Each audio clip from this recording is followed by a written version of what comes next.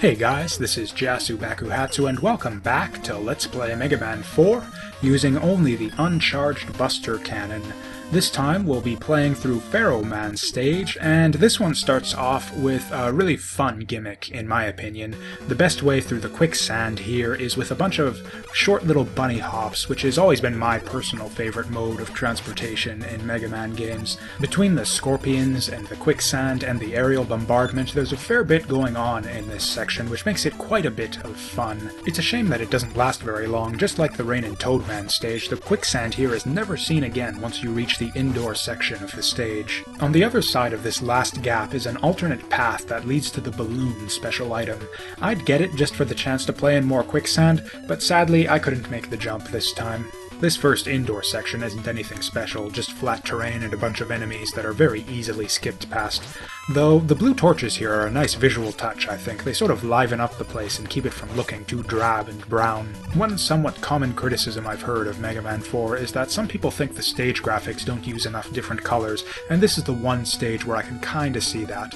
Though otherwise I think that criticism is total nonsense. Mega Man 4 just looks much better than any of the previous Mega Man games, in my opinion. By the way, this section here can actually be very difficult if the bats happen to wake up at an inconvenient time. If you get really unlucky, it can be almost impossible to avoid them, which usually means getting knocked onto the spikes and dying. Remember what I said in the previous stage about how good platform game levels will use a gentle difficulty curve when introducing new gimmicks?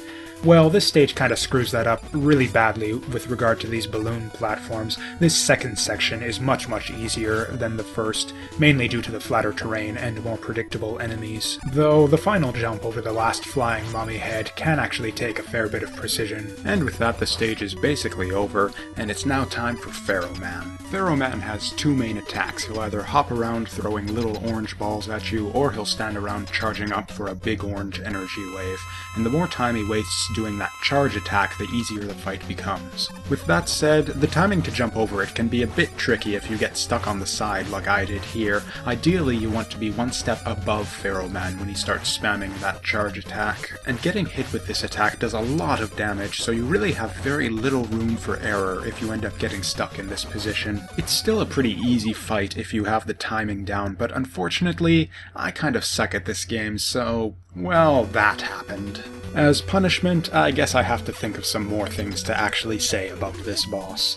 So, when Pharaoh Man gets bored of the whole charging thing and actually starts jumping around a lot, this can actually be a really fun fight. It takes a fair bit of skill to maneuver between Pharaoh Man's short hops and his rapid projectile spam, and I actually think this would be a much more fun fight overall if he just never used the charge attack. And speaking of never using charge attacks, the charge shot gives you better DPS against bosses overall, and my refusal to use it makes all of these fights go on a bit longer than your standard Buster-only run.